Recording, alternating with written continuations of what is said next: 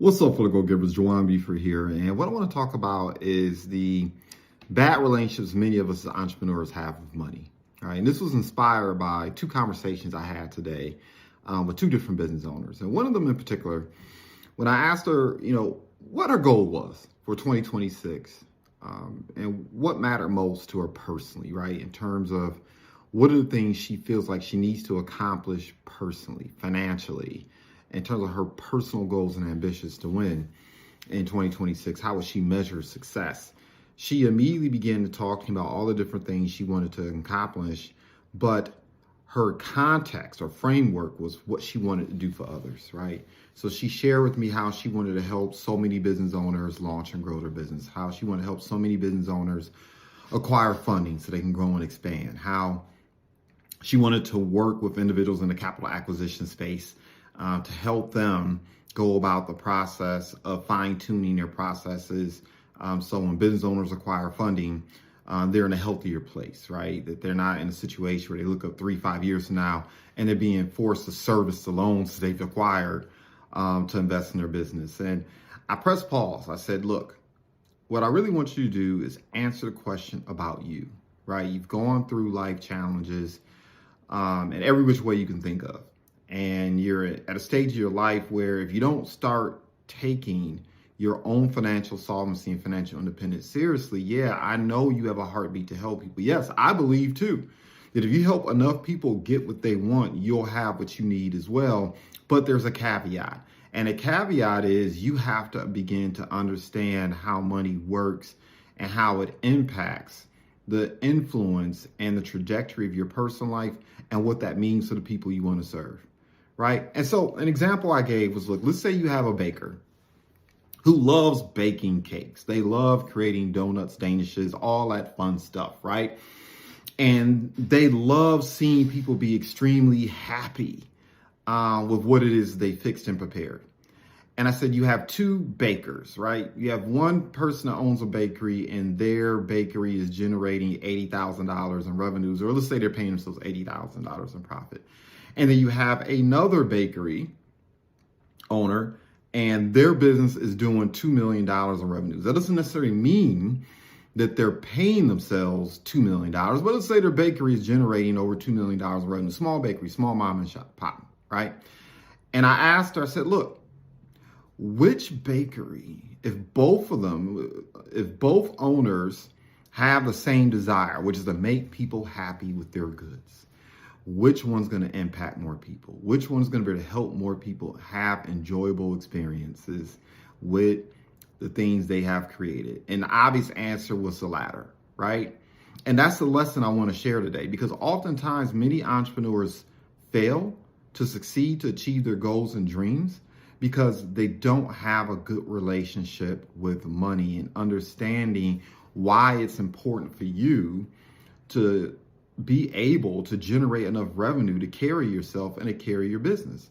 Money is the lifeblood of your business. So if you're on this thing that I hear sometimes when people say money isn't everything and I'm not doing it for the money. Okay, you don't have to do it for the money, but if you're doing it for the impact, it's going to require money, right? I had another conversation with a business owner today, and it was one of those things where she was pretty much mirroring what the marketplace what other people were charging the marketplace for her services. So she's exceptional, not at just creating websites, not just at creating graphics or creating images. She's exceptional at utilizing her skill set to create stories, right? Exceptional at it. She understands palettes, colors, design, and a really deep level, academically and otherwise. And I said, look, if you have people out here in the marketplace charging $250, $300, $3,000 to put together a basic site, especially with everything we have going on in terms of AI and the different tools are available to you. So you are really underpricing yourself. And I said, part of the reason why you're struggling is, like many business owners, I get the feeling you don't think you deserve. It's not that it's not a situation where you're feeling like you don't need to charge money, but you're not charging enough because you almost have like a sense of impostor syndrome and you don't want to be looked at or feel like people are looking at you as a person that's just about the quote unquote money. But I said, the reality of the matter is You have a skill set that you've invested in. You spent a lot of money academically learning the things that you need to learn. You've paid the price over years and years and years of fine-tuning your approach, fine-tuning your process, and creating outstanding outcomes for your clients. You have an understanding of how to utilize AI to bring about certain outcomes. And I said, there are people out here paying thousands, if not tens of thousands of dollars to understand AI the way you understand AI. There are people out here who are going to spend an inordinate amount of money attempting to educate themselves about what you already know. They are going to bump their heads and they're going to create inferior products, inferior experiences. They're not going to get out here and they're not going to promote themselves in a certain type of way that will attract their ideal client, right? And there's a cost to that. They're not paying for you to create a website. They're paying for everything that you know, all the know-how and acumen that you've developed to not simply create a website, but once again, create an experience where people will be inclined to look at that information and then hit the buy button, or at the least hit the I want to learn more button and have an appointment with you. And that's what I shared with them. I said, that is ultimately what they're paying for. And look, I understand you want to help out those who may not have as much. You want to help out those who may not have the resources monetarily, right? They have a great idea. They have a great product, really good people, really hard work. That's fantastic. That's great. I was like, look, you got to understand, though, there are people on the opposite end of the spectrum who understand that when they take on your services and they're not paying for the website, you're saving them time, you're saving them effort, you're saving them headache, you're saving them stress. You're saving them lost productivity and lost profitability.